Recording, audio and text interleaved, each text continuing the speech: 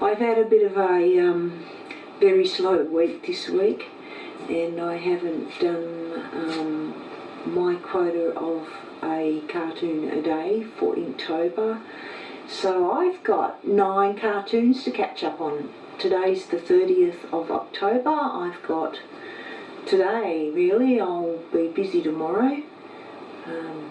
So what I thought I'd do is I'd do a time-lapse video on my drawing process, and then later on I'd like to recap the actual process of each of the cartoons in a separate video.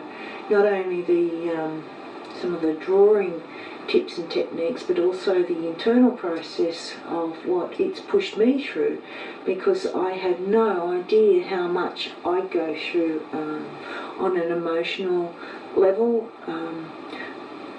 More about my self-realisation process than a lot of emotions, but it certainly did push me through things that I didn't expect to go through, and I'm really pleased that I've done it.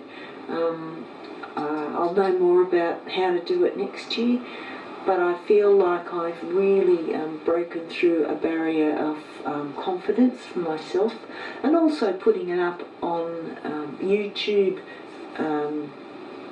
Instagram and Facebook. I've been taking the photographs of the cartoons I've done on a daily level, and I've put them up on Instagram and shared them with Facebook.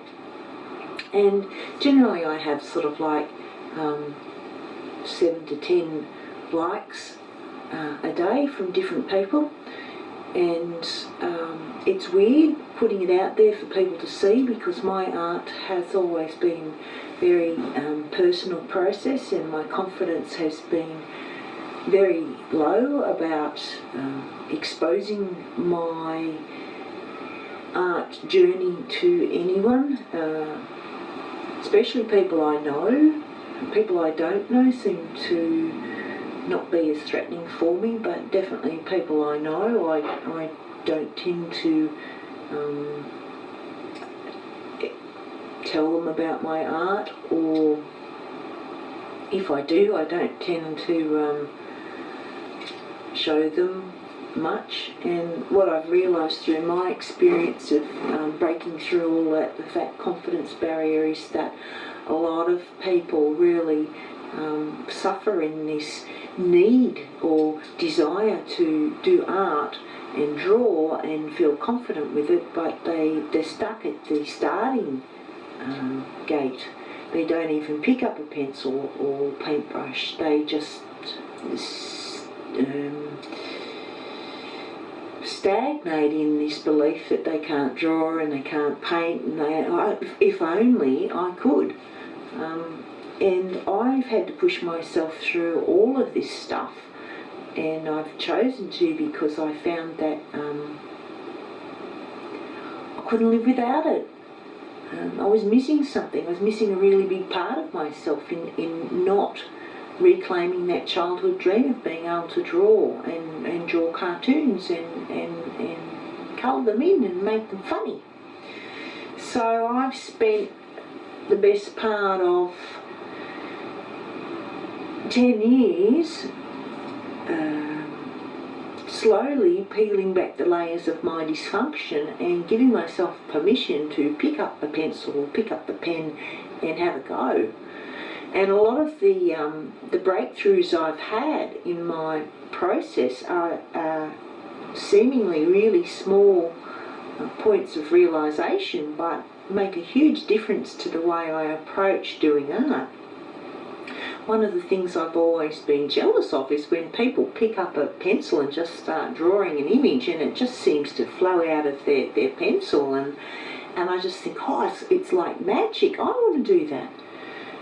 What I haven't realised and what I understand now is that being able to just pick up a pencil and have an image come out of it with what looks like absolutely no effort whatsoever comes from years and years of effort, comes from years and years of practice, and the confidence builds as you keep practicing and you make it a daily ritual. I was shepherded into music by my father, and one of the things that I had to do every day was practice my music. I was allowed to practice, or I had to practice 6 days a week, and I was very reticent at times to get in there and play music, but there wasn't any negotiation on that. I had to do at least half an hour to 45 minutes of practice every day. And what I found in long term was that music kept me sane. It was something in my family that I was allowed to do. I had a lot of emotional restrictions placed upon me by a father who was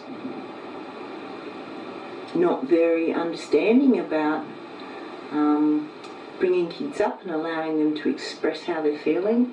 So I wasn't allowed to get upset and cry, and I wasn't allowed to be angry. And what I used to do with my music was I would go in there and I would play my feelings out. And I learned to play the organ, so I could use both my hands, both my feet, and I learnt to arrange the music on the fly. Organs were an amazing instrument to experience a lot of diversity in the sound and the tone and the rhythm. Quite a magical instrument, so I can really appreciate now that it was a real gift that my father encouraged me to play. At the time I didn't really appreciate it, but what if I'd been given that same encouragement to do exactly what I wanted to do? By the time I was 4, I found my first